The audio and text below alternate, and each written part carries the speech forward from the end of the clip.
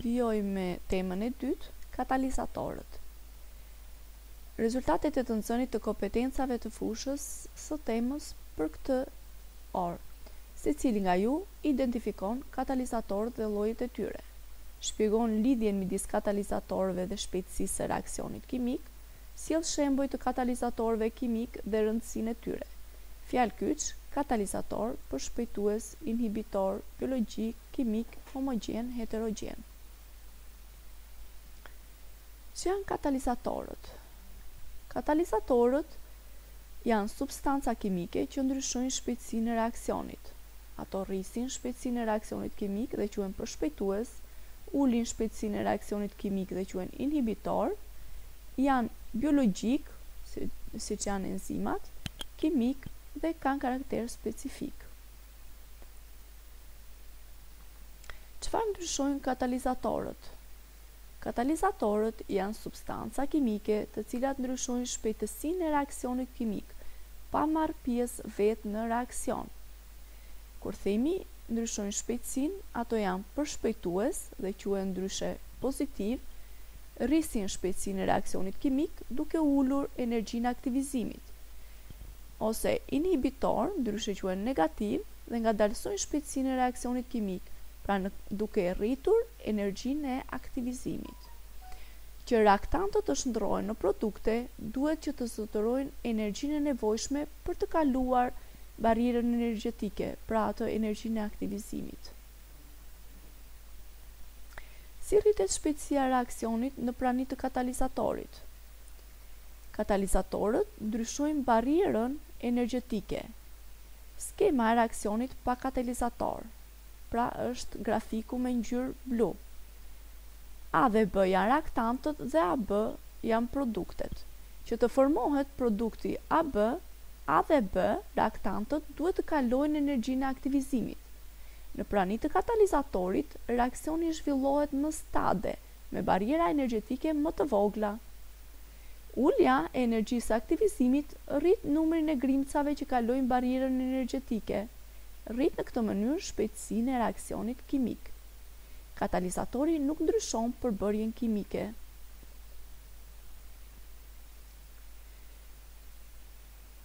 Skema e reaksionit me katalizator do t'jetë: njëri prej reaktantëve vepron me katalizatorin dhe formon komponimin e ndërmjetëm. Ky komponim vepron me substancën tjetër nistore ose komponentin tjetër, reaktant, duke dhënë produktet dhe del katalizatori i lirë. Pra, katalizatori nuk ndryshon përbërjen kimike. Ai ul energjinë e aktivizimit duke vepruar fillimisht me njërin nga reaktantët. Pra, A plus K jep AK. Komponimi ndërmjetëm AK vepron me reaktantin tjetër për të formuar produktin. AK plus B jep AB plus K. Skema e reaksionit pa katalizator, pra reaktantët japin produktet. Po të krahasojmë skemën e reaksionit pa katalizator me skemën e reaksionit me katalizator, në fakt janë të barabartë. Katalizatori ka dalë si i lirë, pa u harxuar vetë. Katalizatori formon me reaktantët substanca të ndryshme dhe në fund të reaksionit del në gjendje të lirë. Katalizatorët kanë karakter specifik. Një lloj katalizatori katalizon vetëm një tip reaksioni. Nëse substancat bashkëvepruese janë të njëjta, por përdoren katalizator të ndryshëm, produkti i reaksionit do të jetë i ndryshëm. Le të shohim konkretisht: kur monoksidi i karbonit vepron me hidrogjenin në prani të katalizatorit nikel, formohet metani dhe ujë. Kur të njëjtat reaktant, monoksidi i karbonit dhe hidrogjeni, veprojnë në prani të katalizatorit oksid zinku ose krom, formohet metanoli.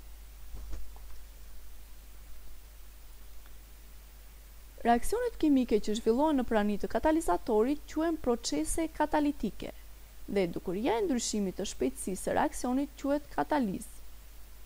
Në bazë të gjendjes fizike që kanë katalizatorët në lidhje me substancat vepruese, Kataliza është homogjene, kur reaktantët dhe katalizatori kanë të njëjtën gjendje agregate.